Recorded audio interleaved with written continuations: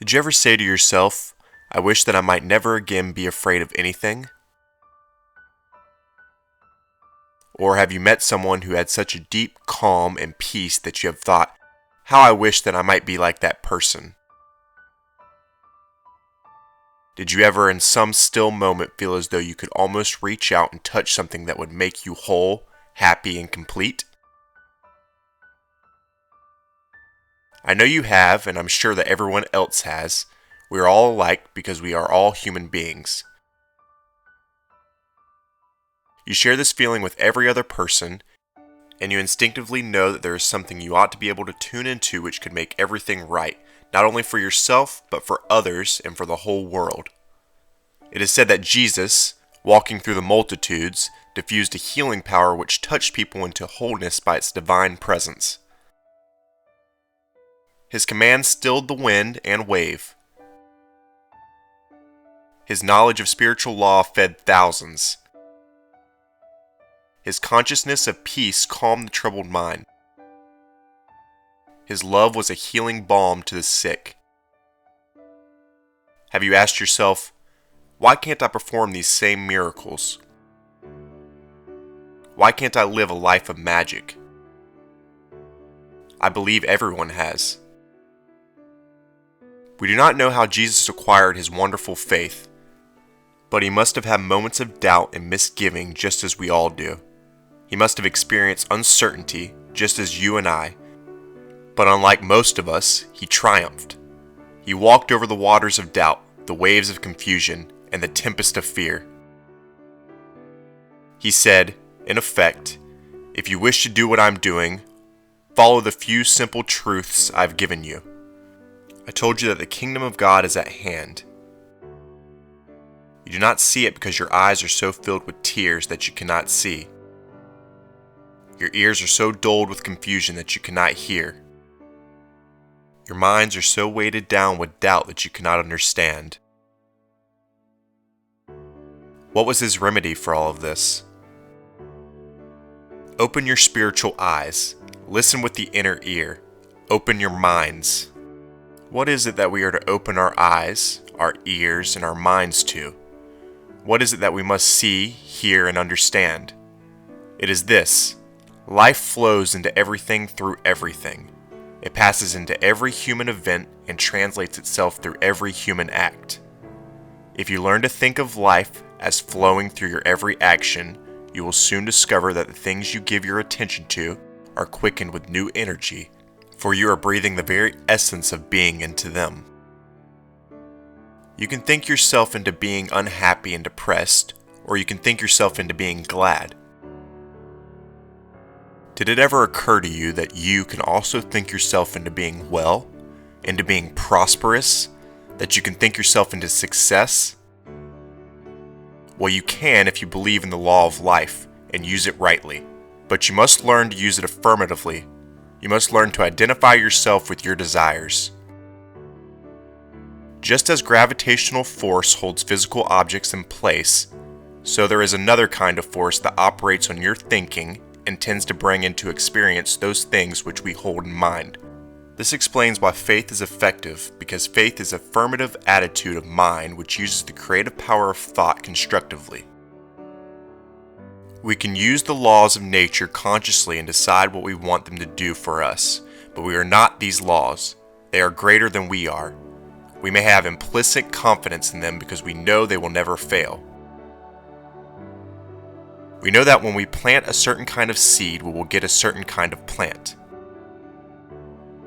We know that when we mix certain colors together, we will get another color. We do the planting and the mixing, but nature produces the results.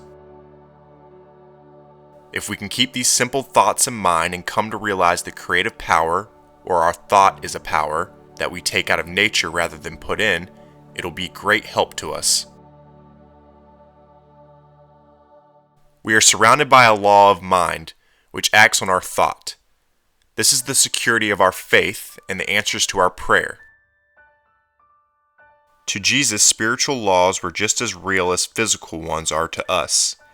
He knew that there is a silent, invisible, creative force which acts on us and through us at all times, whether we believe it or not, and his purpose and mission in life was to show us that these laws exist, what they are and how they work, and how to use them in such a way that only good will result.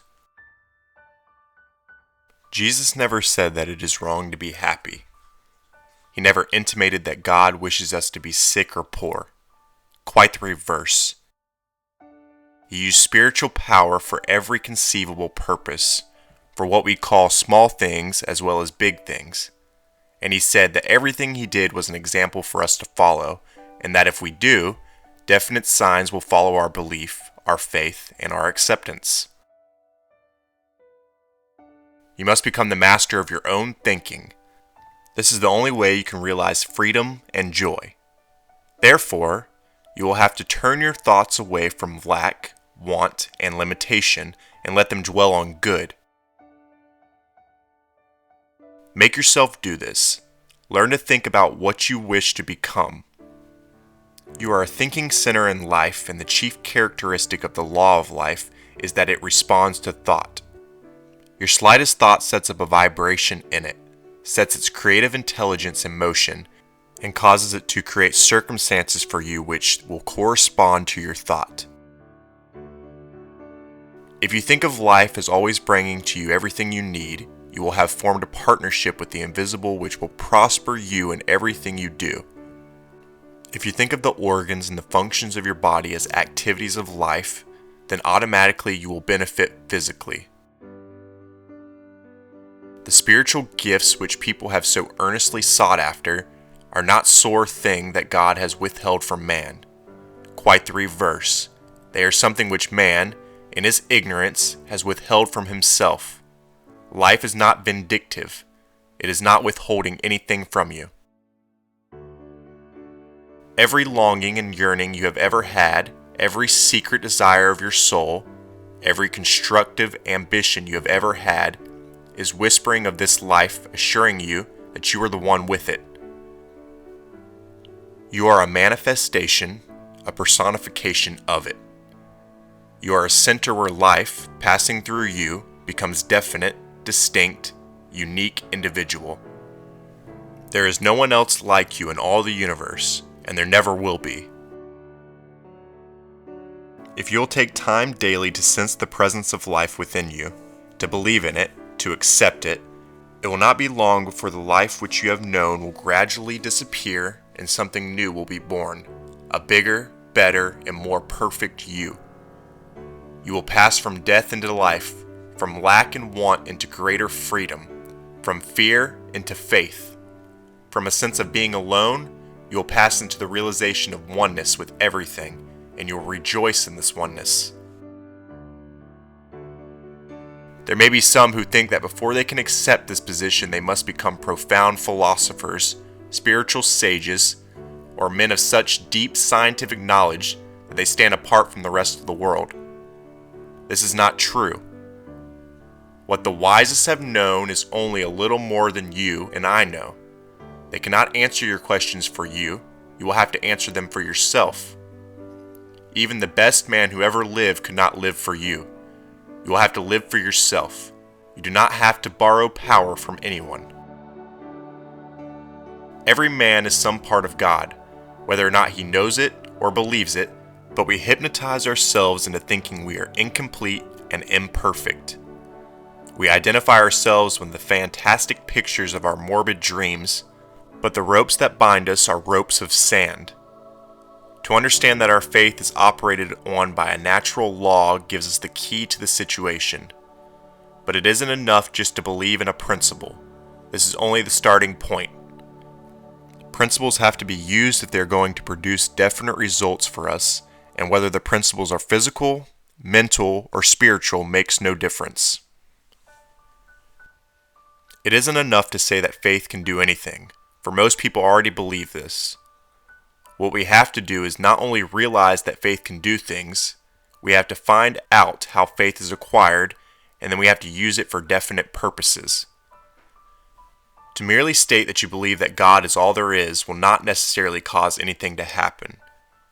But when you believe that God is all there is, and when you have implicit confidence in the law of good, and when you use this belief for definite purpose, then something will happen. And the reason why it happens is that you are surrounded by a creative power, a creative mind, or a creative principle, whatever you choose to call it. You are surrounded by such a creative power which actually does operate on your thinking. This is the key to the whole situation. Let us then learn to make known our requests with thanksgiving and an acceptance. And having done this, in that silent communion of our soul with its source, let us believe that the law of good will do the rest. If then we can come to see that such a law exists and that we are using a power greater than we are, we shall at once be relieved of any sense of responsibility about it, as though we had to make the law work. For we do not sit around holding thoughts or trying to compel things to happen. As a matter of fact, this would defeat the very purpose we wish to accomplish.